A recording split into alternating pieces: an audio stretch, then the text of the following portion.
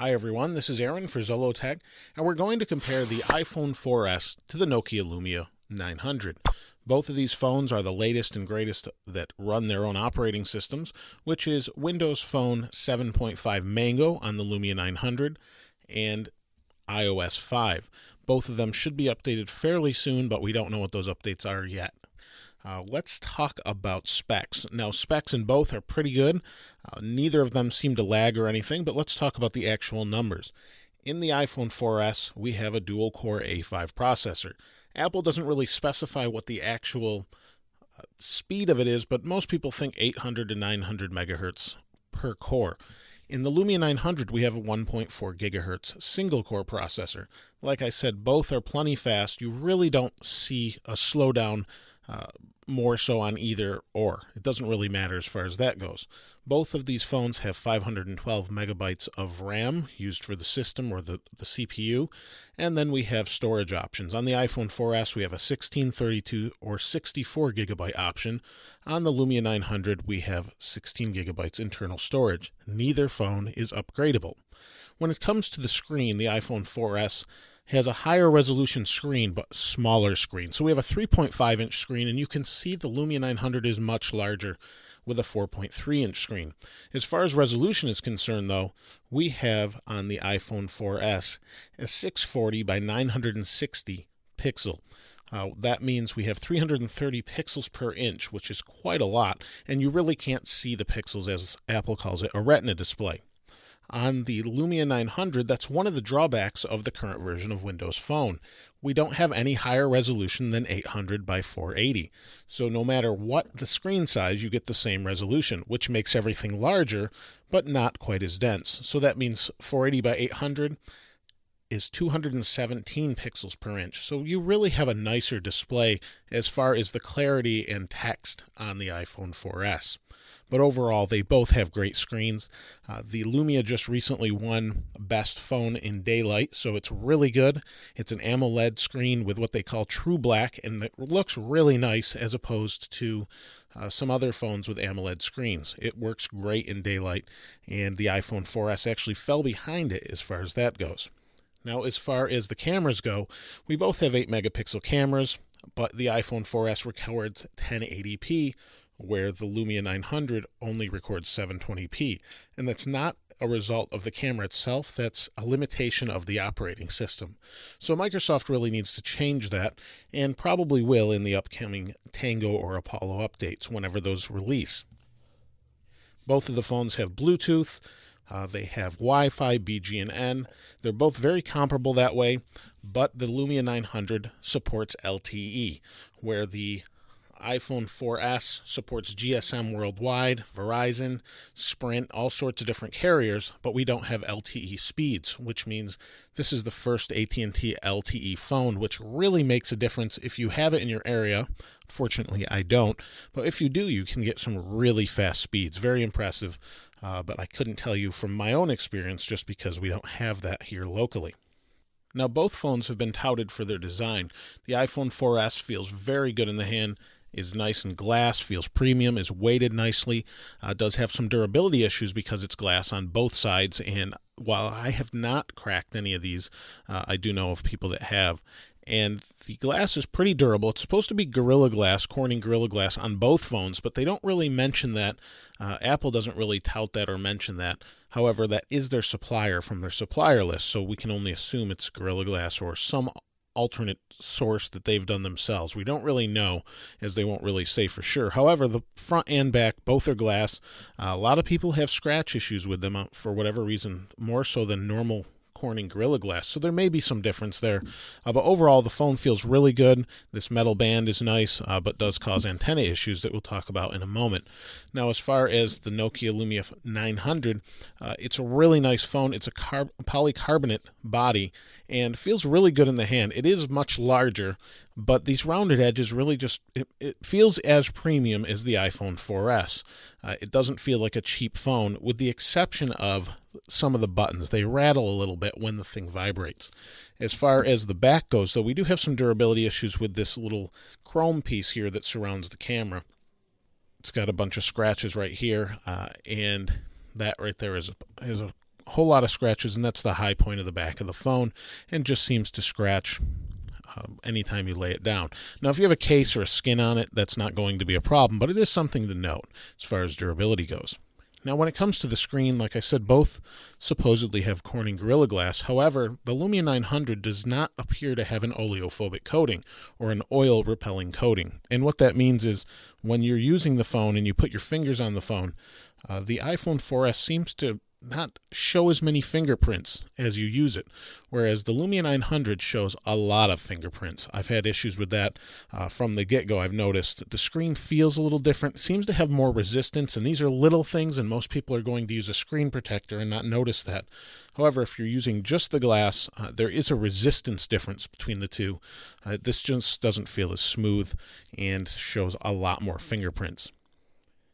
Now, as far as the overall usability, this is obviously iOS, and this is Windows Phone 7. Both of them are very nice operating systems.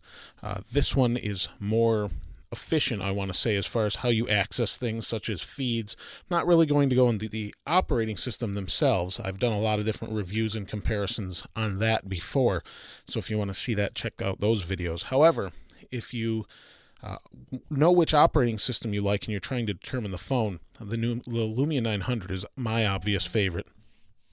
However, responsiveness of the screen seems to be a little bit lacking at times.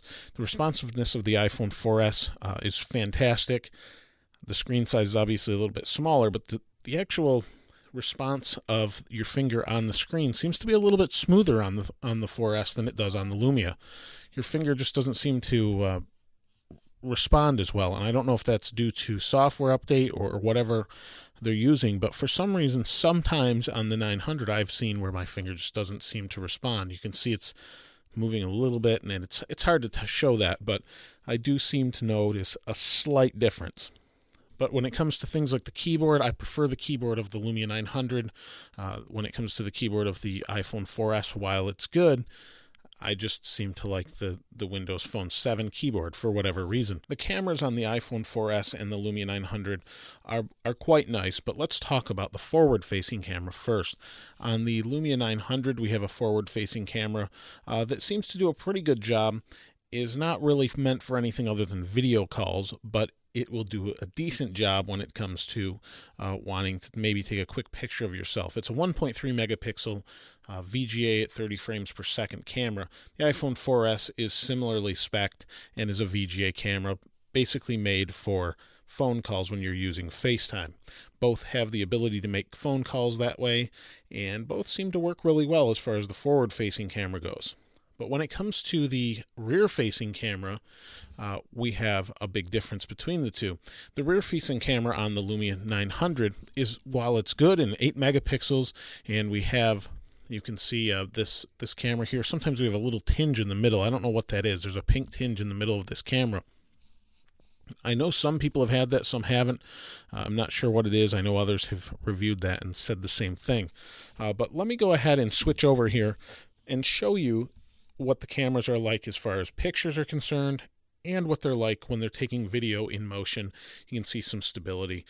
Both cameras, like I mentioned, are both pretty good, but the iPhone 4S appears to be a little bit nicer, but I'll let you judge for yourself. And here's the full pictures, at least in this resolution of 1080p. Go ahead and take a look at those and see what you think.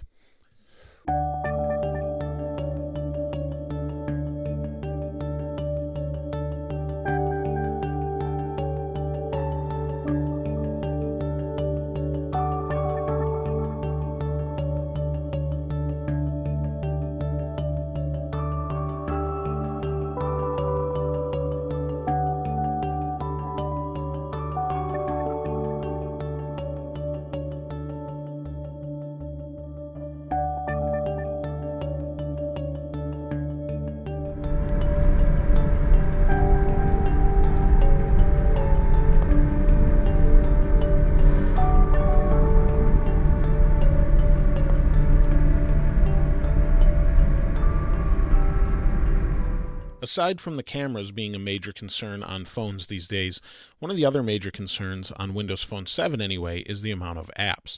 Now, apps are pretty plentiful on both phones. On iOS, we have the most amount of apps. hundreds of thousands, where on Windows Phone 7 we currently have just under 100,000 and about 80 to 90,000 apps. So they're doing pretty well, and I did a video recently that showed the top 10 apps on iOS based on amount of downloads and data used, and did a little test to see if we could find those on Android and Windows Phone 7. 99% of those apps, or 9 out of 10 rather, you will find on Windows Phone 7. You may not find the exact example, such as Instagram. Here we have you have Instacam on Windows Phone 7. However, they do the same thing, and they actually function the same way. So even though you may not have the exact named app, you will find a comparable app. And apps are growing every day when it comes to Windows Phone 7. So the obvious winner right now here is iOS as far as apps are concerned, but in the future, that may not be the case. There's tons of apps on Windows Phone 7, and they just keep growing. One of the other major concerns is obviously battery life. Battery life on both phones is good.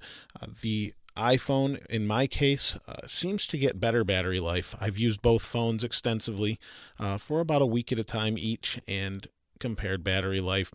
The iPhone has a lithium polymer 1432 milliamp hour battery, which is supposedly good for 200 hours of standby, 14 hours of talk time, 40 hours of music playback.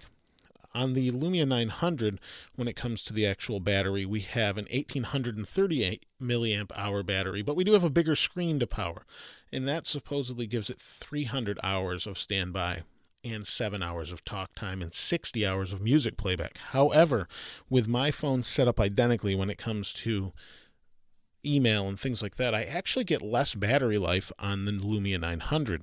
I'm not sure why that is. Maybe I need to give it some more time, but that's after using it for a week or so. I actually get about a day and a half on my iPhone, where I get just under a day and find myself having to charge the Lumia 900. So I'm not really sure what the difference is there.